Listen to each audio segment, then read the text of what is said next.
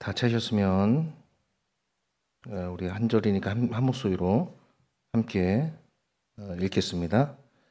사랑하는 자들아, 우리가 일반으로 받은 구원에 관하여 내가 너희에게 편지하려는 생각이 간절하던 차에 성도에게 단번에 주신 믿음의 도를 위하여 힘써 싸우라는 편지로 너희를 권하여야 할 필요를 느꼈나니.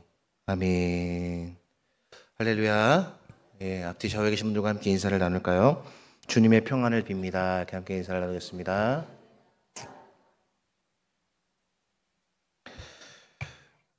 오늘은 우리가 그동안 살펴보던 요한복음을 잠시 멈추고 오늘이 종교개혁 507주년 기념주일이라서 함께 이 종교개혁에 대해서 종교개혁이 무엇인지 또 종교개혁으로 어떤 일들이 일어났고 이것이 오늘을 살아가는 우리의 신앙생활에 어떤 영향을 미치고 우리는 어떠한 정신을 갖고 살아가는 것이 맞는 것인지 함께 여러분과 생각해보는 시간을 갖고자 합니다.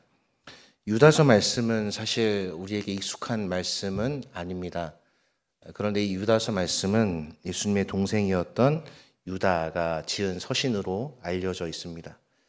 유다서는 굉장히 짧습니다. 한 장밖에 되지 않고 불과 25절밖에 되지 않는 그런 짧은 서신이지만 이 유다서의 짧은 서신 안에는 이 복음의 핵심 그리고 이 복음의 핵심으로 살아가야 하는 삶의 방식이 무엇이냐면 바로 거룩하게 살아가야 한다는 것이 담겨져 있는 서신이라고 할 수 있습니다. 자, 그럼 먼저 우리가 이 종교개혁에 대해서 생각해 보기 전에 오늘 본문 말씀 함께 살펴보려고 합니다. 3절 말씀해 보시면 사랑하는 자들아, 우리가 일반으로 받은 구원에 관하여 내가 너에게 편지하려는 생각이 간절하던 차에 성도에게 단번에 주신 믿음의 도를 위하여 힘써 싸우라는 편지로 너희를 권하여야 할 필요를 느꼈노니 라고 말씀하고 있습니다. 여기 보시면은 지금 이 유다서를 받는 수신자들이 이 구원을 지금 누리고 있는 그런 상태라는 것입니다. 예수님으로 말미암은 구원, 예수 그리스도를 믿게 돼서 얻게 된 하나님과의 화평, 그리고 내 죄를 예수님께서 대속해 주셨다는 이 진리를 믿은 사람들에게 구원을 주시는 이 하나님의 약속을 믿고 지금 신앙생활을 열심히 해가고 있는 거예요. 그런데 그 중에 거짓 가르침을 전파하는 자들이 있었던 것으로 보입니다. 그래서 오늘 보시면은 간절하던 차에 성도에게 주신 단번에 주신 믿음의 도를 위하여 힘써 싸우라는 편지로 너희를 권하여야 할 필요를 느꼈다라고 말씀합니다. 여기서 성도에게 단번에 주신 믿음의 도, 이게 이제 오늘 말씀의 제목인데요. 하나님께서는 교회와 또 그의 몸된 성도들에게 이 믿음을 주셨습니다. 믿음. 무엇을 믿는 것이냐면 바로 하나님이 천지를 창조하신 것과 또 하나님이 사람을 통해서 이 그 지구의 역사를 이루어 가시는 하나님의 통치의 대리자로서의 사람을 세우신 것과 또 하나님께서 교회를 통하여 믿는 자들이 계속해서 이루어 가고자 하시는 것과 이 일에 우리를 부르신 것을 믿는 것이죠. 이 사실 믿음에는 굉장히 폭이 넓은데 그러니까 우리들은 예수님의 우리들이 믿는 신앙에는 사실 내용들이 많이 있죠. 우리가 신앙 고백을 할 때 사도신경으로 신앙 고백을 하는데 그 사도신경에는 사실 우리의 신앙의 핵심이 다 들어가 있습니다. 그래서 사도신경만 우리들이 잘 외우고 또 이해해도 절대 이단이나 다른 어떤 잘못된 그런 이단 사설에 우리들이 빠질 수가 없습니다. 왜냐하면 진리를 명확히 알고 있기 때문에. 그 사도신경을 보시면은 어떤 내용이 나옵니까, 여러분? 삼위 하나님이 다 나오죠. 예. 성부 하나님, 전능하사 천지를 만드신 하나님을 내가 믿사오며, 그다음 성자 하나님에 대해서 나오죠. 그 외아들 우리 주 예수 그리스도를 믿사오니, 그다음 성령 하나님에 대해서 말씀합니다. 이는 성령으로 잉태하사 동정녀 마리아에게 나시고 본디오 빌라도에게 고난을 받으사 십자가에 못 박혀 죽으시고 장사한 지 사흘 만에 하면서 성령으로 예수님이 잉태되셨고 고난을 받으신 것에 대해서 말씀하고 있고 또 교회에 대해서 말씀하고 있고 그다음 또 성도의 교통에 대해서 말씀하고 있고 그다음 주님의 부활에 대해서 말씀하고 있고 우리의 부활에 대해서 이야기를 하고 있고 종말에 있을 일에 대해서 우리에게 말씀해 주고 있습니다. 이 신앙의 내용을 이제 하나님께서 주셨는데 그 주신 것이 어떻게 주신 것이냐면은 단번에 주셨다는 것입니다. 단번에 주셨다는 것은 뭐냐면은 한 그러니까 한 번에 완성되었다는 것입니다. 그러니까 이 계시의 말씀이 이미 우리에게 완성본으로 주어진 것이라는 거예요. 여기에 더 플러스할 것도 없고 뺄 것도 없고 이 계시가 66권 계시의 말씀이 하나님의 완전한 구원의 계획이다라고 우리에게 전해져 오고 있는 것입니다. 그런데 이 단번에 주신 믿음의 도를 회방하고 이 믿음의 도를 잘못 가르치는 사람들이 거짓 가르침을 전파하는 거짓 교사들이 많이 있었다고 그렇게 말씀을 하고 있습니다. 그래서 그 믿음의 도를 위해서 싸워야 된다라는 것을 지금 유다서의 수신자들에게 보내는 이 예수님의 동생이었던 유다가 쓴 편지의 내용입니다. 오늘날 우리들이 신앙생활을 할 때 우리의 신앙생활에 이 거짓 가르침을 전파하는 우리 주변의 것들이 참으로 많이 있습니다. 미디어를 통해서 또 영화를 통해서 우리의 세계관을 혼미하게 만들고 또 우리의 신앙을 잘못 교묘하게 헷갈리게 하는 그러한 주변의 가르침들이 너무나 많이 있습니다. 종교개혁이라는 것도 사실 크게 다르지 않습니다. 우리 기독교를 여러분 뭐라고 하냐면은 프로테스탄트라고 합니다. 프로테스탄트. 그러니까 이 프로테스탄트 발음이 안 좋아서 죄송합니다, 여러분. 프로테스탄트 발음이 좋죠, 이제. 프로테스탄트라는 말은 무슨 뜻이냐면은 저항하다라는 말이에요. 저항하다. 그러니까 저항자라는 말입니다. 그러니까 저와 여러분들은 세상에 저항하는 거예요.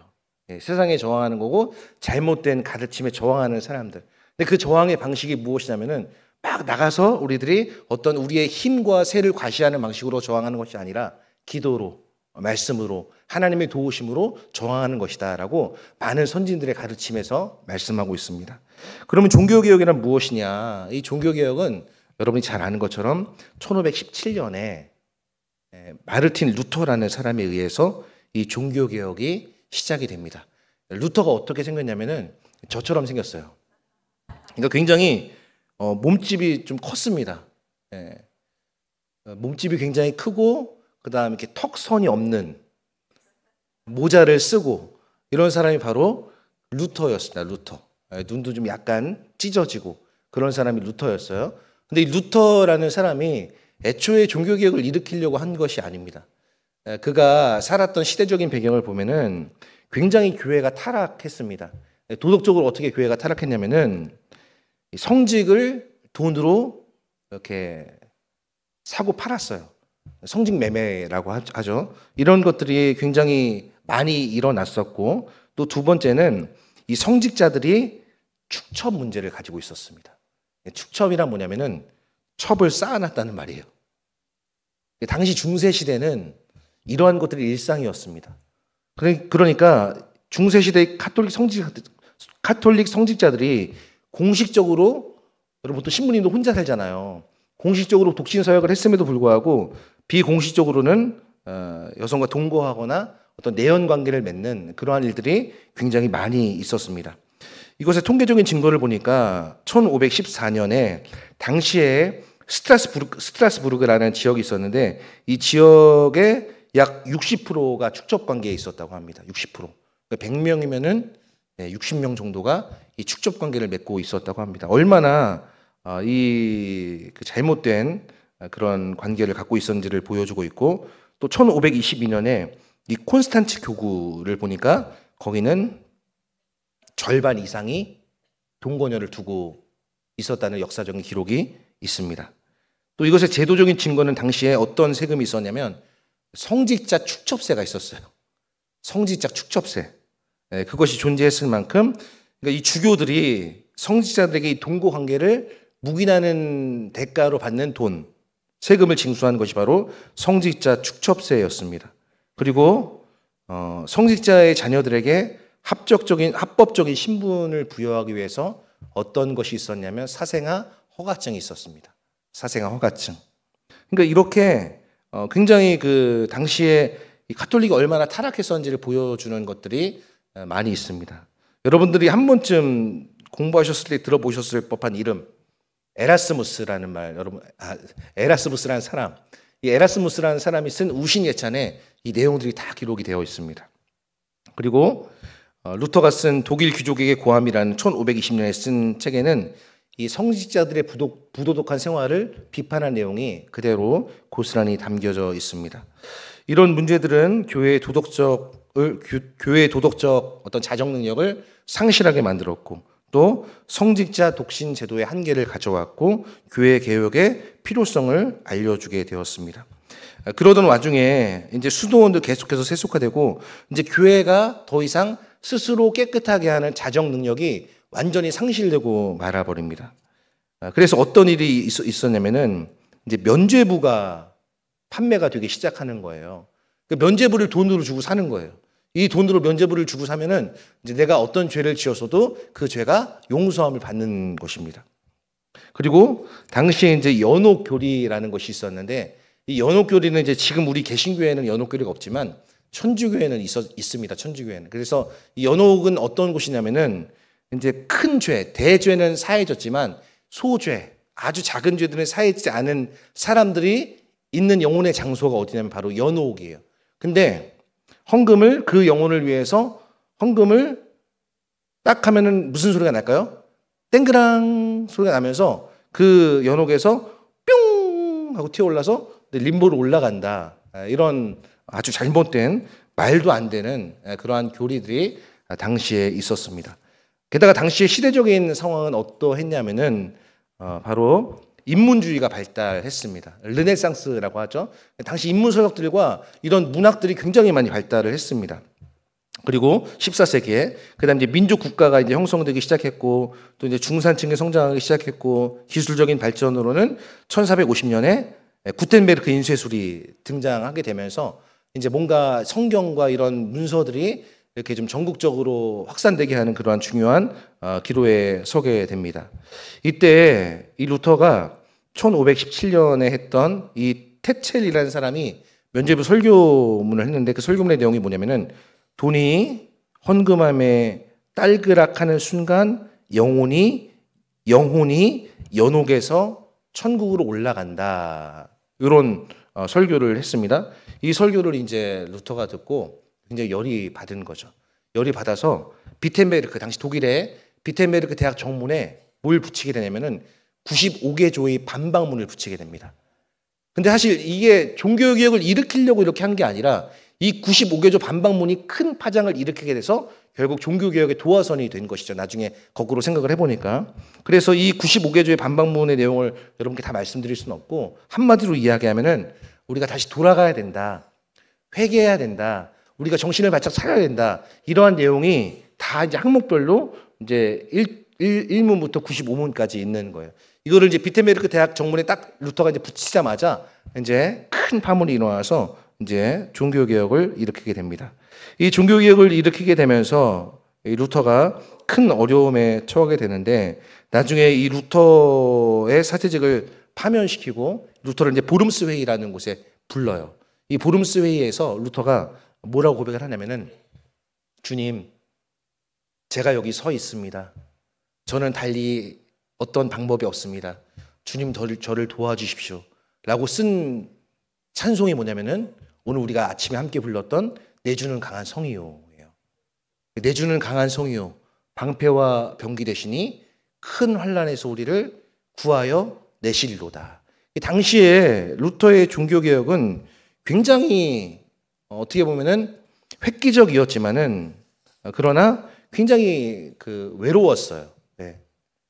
근데 이 루터가 이제 먼저 종교개혁을 일으키고 이 종교개혁 여파가 이제 어디로 가냐면은 이제 스위스로 넘어가서 이제 칼빈. 네. 칼빈은 어떻게 생겼냐면은 저처럼 생기지 않았어요. 굉장히 우리 담임 목사님 보면 날카롭게 인상 굉장히 부드러우시지만은 이게 굉장히 이게 턱선이 날카로우시잖아요. 네, 그렇게 칼빈이 그렇게 생겼어요. 그래서 칼빈과 루터는 사실 똑같은 종교 개혁자였고 똑같이 정말 하나님께 귀하게 쓰임 받은 사람들이었는데 이게 생긴 게 참 달랐던 사람들이었습니다.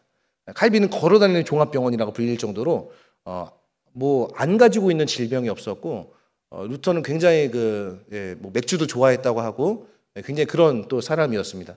근데 이 루터를 통해서 이제 독일이 종교개혁 영향을 받고 이것이 이제 유럽 전역으로 퍼지게 돼서 칼빈에게로 이어져서 또 칼빈이 이제 종교개혁을 일으키게 되는데, 칼빈이 이제 기욤 파렐이라는 사람이 이제 칼빈에게 다가와서 나와 같이 이쪽에 종교개혁을 일으킵시다라고 이야기하니까, 칼빈이 이제 막 나는 좀 쉬고 싶다고, 나에게는 할 일이 있다고 이야기를 했습니다. 그랬더니 이 파렐이라는 사람이 칼빈을 저주하면서 하나님이 당신에게 저주를 내리시길 바랍니다. 근데 이 칼빈이 그 당시에 기욤 파렐이라는 사람의 음성을 어떻게 들었냐면 하나님의 음성으로 들었던 거예요. 그 하나님의 음성을 듣고 이제 칼빈이 하려고 했던 계획을 잠시 뒤로 하고 이제 종교개혁에 같이 동참하게 되면서 이제 유럽 전역으로 이 종교개혁이 퍼져 나가게 됩니다. 퍼져 나가게 돼서 이 종교개혁의 결과로 어떤 것을 얻게 됐냐면은 이 교회가 변화되고, 그때 이제 나타난 게 뭐냐면 바로 프로테스탄트, 개신교. 우리는 신교예요, 신교. 구교가 카톨릭이라면은 우리는 신교. 그래서 개신교라고 부르는 겁니다. 개신교. 그래서 저항하는 사람들. 우리는 하나님께는 순종하고 세상의 잘못된 것에 대해서는 저항하고, 계속해서 잘못된 것들은 우리가 성경의 가르침에 의해서 올바로 개혁해 나가야 된다라는 마음을 가진 게 바로 개신교라고 할 수 있습니다. 그리고 로마 카톨릭 교회가 이제 자체적으로 개혁을 하고 성경 번역이 활성화됩니다. 제가 예전 20대 때 러시아를 한번 다녀올 기회가 있어 다녀왔는데, 이제 지금 러시아가 전쟁을 일으키고 있어서 못 가는데, 그 모스크바에 가면은 많은 그 성당들이 있어요. 성공회라고 하죠, 성공회. 그런데 그 성공회에는 이제 어떤 것들이 있냐면은 이콘이라는 것이 있습니다. 이콘. 그 이콘이 뭐냐면은 성화를 말하는 거예요, 성화. 그래서 창세기부터 쭉 벽면에 그 이콘이 그려져 있는 거예요. 그러니까 그 당시 글을 모르기 때문에 그 그림으로 성경의 내용을 이해하게 만든 게 이제 그 이콘, 성화, 벽화라고 하는 것입니다. 그래서 이 이콘이 쫙 있습니다. 지금도 이제 가면은 있을 거예요. 이제 거기서 설명을 들어보니까 예배를 드리는데 얼마나 예배를 드리냐면은 2시간 40분, 3시간 이상 예배를 드리는 거예요. 근데 어떻게 드리냐? 이렇게 우리처럼 앉아서 예배를 드리는 게 아니라 저처럼 서서 예배를 드리는 거예요. 네. 뭐 대통령이 와도 누가 와도 서서 예배를 드린다고 그렇게 이제 얘기를 하고 있습니다. 이렇게 자체적으로 개혁을 하고, 또 성경 번역이 이제 활성화되고 신학이 발전하고 성경과 부흥하면서 이제 예배의 개혁을 이루고, 이것이 사회적으로는 또 어떤 영향을 끼치게 되냐면은 교육이 발전하게 되고 이제 평신도들이 이제 깨어나게 되는 것이죠. 그래서 당시에 이제 이 성경을 번역해서 라틴어에서, 어려운 라틴어에서 독일어로 이렇게 번역을 해서 누구나 성경을 읽어서 하나님의 뜻을 알 수 있도록 한 것이 바로 이 종교개혁의 영향이라고 할 수 있습니다.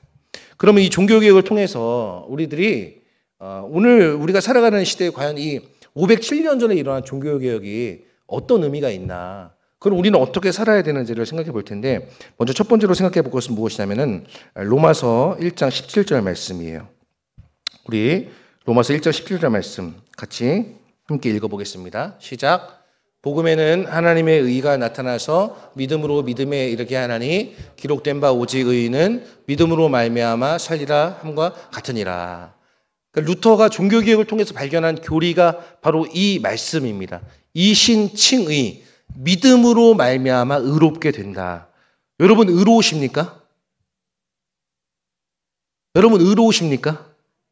우리는 우리의 의는 다 더러운 옷 같다고 이사야서에서 말씀하고 있어요. 그런데 이신칭이라고 하는 것은 우리가 예수 그리스도를 믿으면 하나님이 의롭지 않은 우리를 의롭다고 인정해 주시는 거예요. 그러니까 여겨 주시는 거예요. 우리를 옳다고 해 주시는 거예요. 우리가 어떻게 하면요? 예수님을 믿으면. 그러니까 이게 복음이에요, 복음. 우리가 그 어떤 행위를 하지 않아도, 지금도 카톨릭에는 어떤 행위를 가지고 이게 쌓여야 구원을 얻는다는 얘기가 있어요. 이게 예를 들면은 내가 성인들, 뭐 야고보나 이런 성인들 있잖아요. 그런 성인들의 유물을 계속 수집하는 거예요. 계속 수집하는 거예요. 그리고 또 이 성지를 순례하는데 그냥 순례하는 게 아니라 무릎으로 계단을 올라가는 거예요. 그럼 여러분 무릎으로 계단 올라가다 보면 계단에 찍히면 피가 나겠죠. 그게 자기의 공로가 되는 거예요. 그렇게 어떤 수집과 행위와 노력과 공로를 통해서 구원을 얻을 수 있다고 가르치는데, 개신교에서는 뭐라고 얘기합니까?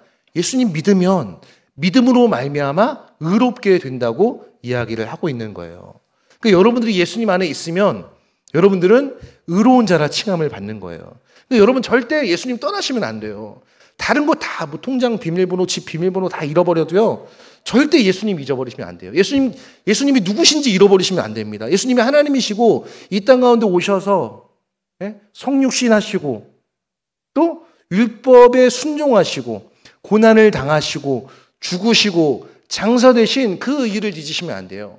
예수님께서 이 땅에 오셔서 가난하고 병든 자들에게 하나님 나라를 가르치시고 전파하시고 병자들을 모든 온갖 것으로 치료하신 이 3대 예수님의 사역을 기억해야 되는 거예요.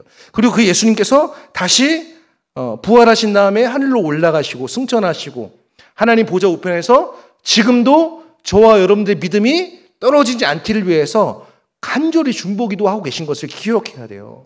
그래서 여러분 지칠 때 힘을 낼 수 있어야 돼요.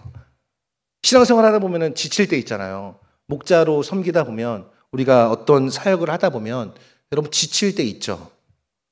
여러분들이 보실 때 지금 제 얼굴이 오늘 하루의 일과를 하고 많이 지쳐 보입니까? 안 지쳐 보입니까? 아, 감사합니다. 네.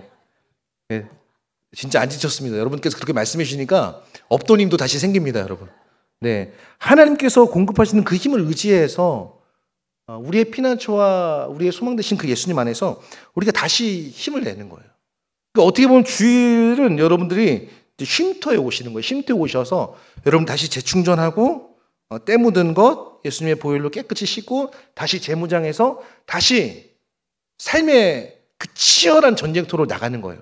뭘 가지고요? 예수님의 말씀을 굳게 붙잡고 나가는 거예요. 여러분 십자가 든든히 붙잡는 게 다른 게 아니에요. 말씀 굳게 붙들고 가는 거예요. 굳게 붙들고 넘어지면 다시 일어서고 쓰러지면 다시 세워주시는 주님의 은혜를 붙들고 그렇게 한 걸음 한 걸음 나아가는 게 신앙생활이에요. 이 말씀을 우리들이 종교개혁을 통해서 다시 한번 기억해야 되는 것이고, 두 번째는 뭐냐면 에베소서 2장 8절 말씀이에요. 에베소서 2장 8절 말씀 우리 같이 한번 읽어보겠습니다. 시작.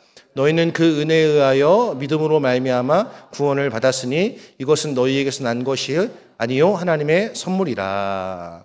자, 2장 9절은 나와 있지 않은데 행위에서 난 것이 아니니 이는 누구든지 자랑하지 못하게 함이라 라고 말씀합니다. 이 구원을 이야기할 때 항상 이 말씀이 나오는데요.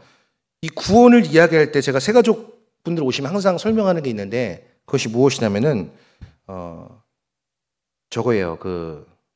여러분께 제가 많이 말씀드렸죠. 기억나시나요? 네, 저기요, 우리가 저기 인제 내린천 가면 하는 거 있잖아요. 내린천 가면은 래프팅. 그 래프팅을 생각하시면 래프팅 하는데 이제 어떤 사람이 이 안전 지도자의 말을 듣지 않고 거기서 모험을 펼쳤단 말이에요. 위급한 순간에. 그러니까 절대 위험한 행동을 하지 말라고 했는데 이 사람이 그 사람의 말을 어기고 돌발 행동을 했습니다. 그러니까 이 안전 지도사 가이드는 그 지역을 너무나 잘 알고 뭐 수십 번, 수백 번 했던 경험이 있잖아요. 그러니까 하지 말라는 건데 이 말을 어기고 했단 말이에요. 그래서 이제 이 사람이 죽을 위기에 처했단 말이에요. 근데 거기서 로프를 가지고 휙휙 던져갖고 딱 던졌는데 그게 그 말 안 듣는 사람 앞에 딱 떨어진 거예요. 이건 뭐예요? 은혜죠, 은혜. 그쵸? 이게 웬 은혜예요? 내가 죽을 뻔했는데 그 앞에 로프가 내 앞에 딱 떨어진 거예요. 이건 은혜란 말이에요, 은혜. 그러면은 이걸 붙잡으면 내가 산다. 예. 붙잡는 게 뭐예요? 믿음이죠, 믿음. 그렇죠? 이 은혜와 믿음, 이것이 우리를 어디로 이끄는 거예요? 구원으로 이끌어가는 거예요. 그러니까 여러분 예수님께서 우리에게 오셔서 우리에게 구원을 선물로 주셨는데 예수님이 하신 말씀 있잖아요. 하신 말씀, 예수님께서 하신 모든 말씀, 그 말씀을 우리의 마음에 믿어야 되는 거예요. 마음으로 믿으면 뭐가 될까요? 의에 이르고, 마음으로 믿어 의에 이르고 입으로 시인하여 구원에 이른다고 로마서 10장 9절에서 말씀하고 있잖아요. 그렇게 되는 것입니다. 그러니까 우리의 구원은 자랑할 게 없는 거예요. 예수님이 다 이루어 놓으신 것이기 때문에 우리는 그냥 거기에 숟가락만 얻는 거예요. 예수님께서 다 차려놓으신 밥상에 숟가락만 얻는 거예요. 그게 우리를 위해 이루어 놓으신 구원을 우리가 누리게 되는 거예요. 우리가 누리게 되는 거. 자, 세 번째는 히브리서 2장 1절의 말씀인데요. 우리 같이 한번 읽어보겠습니다. 시작. 그러므로 우리는 들은 것에 더욱 유념함으로 우리가 흘러 떠내려가지 않도록 함이 마땅하니라. 들은 것, 들은 것에 더욱 유념함으로 우리가 흘러 떠내려가지 않도록 함이 마땅하니라. 여러분, 하나님께서 우리에게 귀를 왜 주셨을까요? 하나도 아니고 두 개. 입은 하나잖아요, 여러분.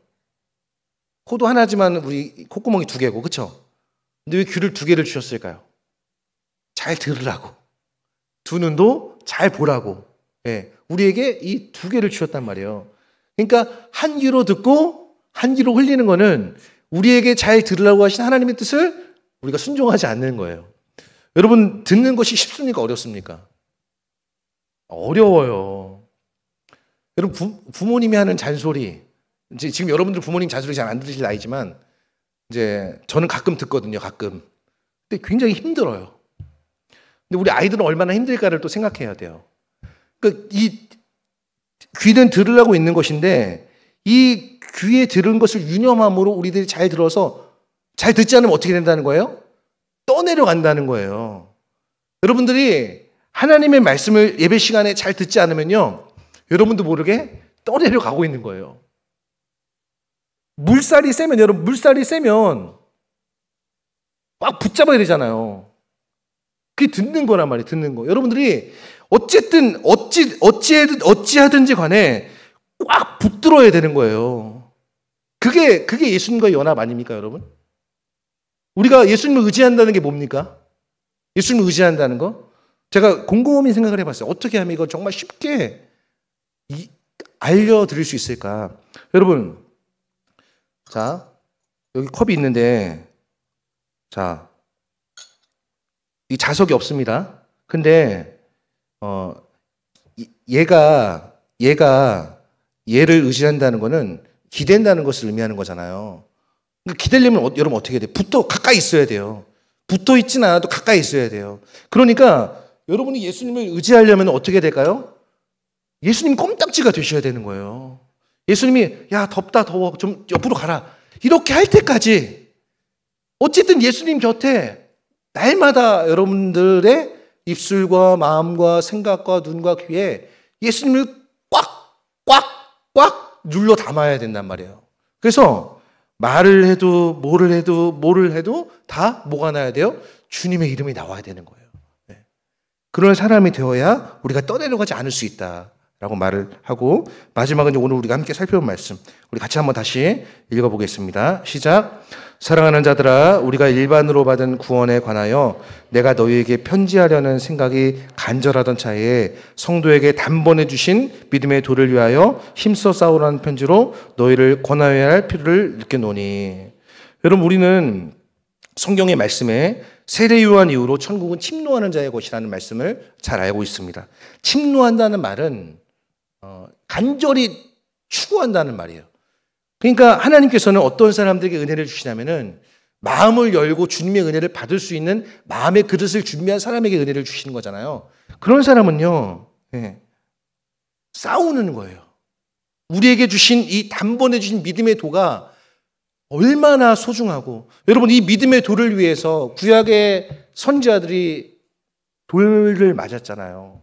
구덩이에 갇혔잖아요. 신약의 사도들이 능욕을 받았잖아요. 이 복음이 구약의 선지자들과 신약의 사도들의 터 위에 세워진 복음이란 말이에요. 그리고 이 땅의 교회는 여러분들이 잘 아시는 것처럼 순교자들의 피 위에 세워진 교회란 말이에요. 여러분, 그래서 순교자들의 피 위에서 교회는 성장한다는 말이 있는 거예요. 여러분, 우리나라의 교회사 역사를 쭉 살펴보십시오. 이 땅에 이름도 알지 못하는, 빛도 보지 못하는 그런 수많은 선교자들이 우리나라의 이쪽 경상도의 성지, 그 다음에 서울의 양화진 이런 데 다 묻혀 있습니다. 여러분 찬송가를 보게 되면은 나는 갈 길 모르니 이런 찬양이 있는데, 그 찬양의 작사자가 누구냐면 배위량 선교사의 부인이에요. 부인. 그 선교사의 부인이 이 땅에 20대에 와갖고 그렇게 이 부산 경남 지역을 막 선교하고 다녔다고 해요. 그 와중에 첫째를 잃어버리고 둘째가 생겼는데 또 둘째도 또 이게 뭐 질병에 걸렸고 이런 이야기가 있습니다.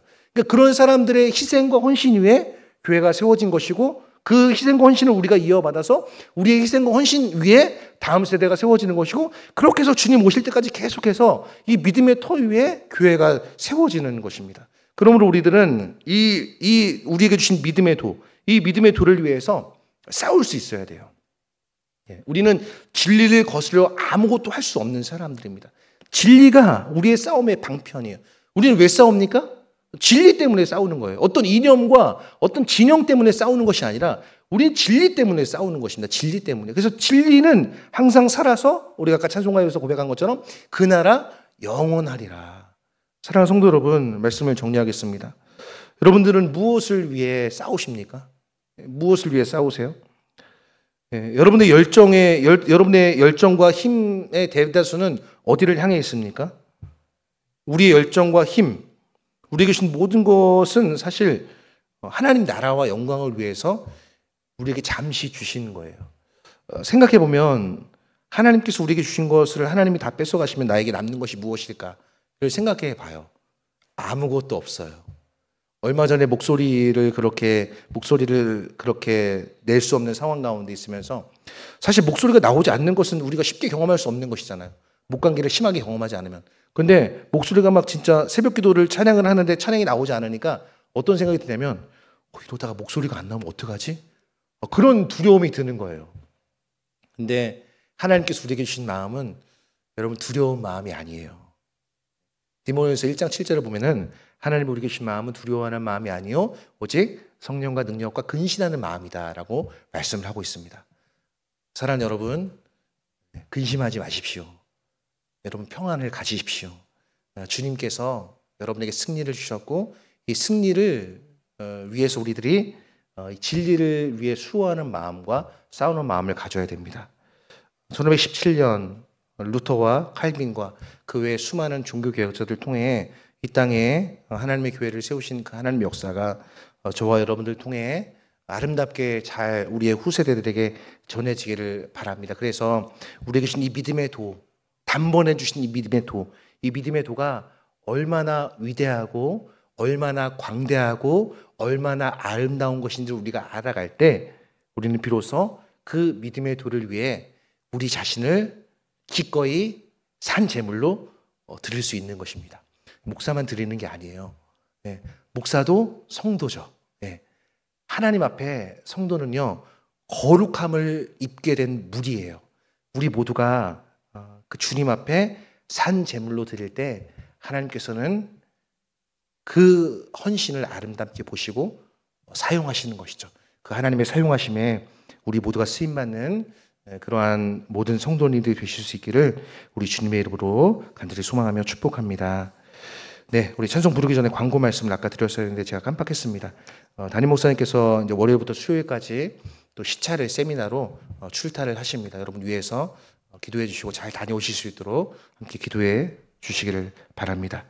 네, 우리 시간 함께 찬양하고 기도하겠습니다.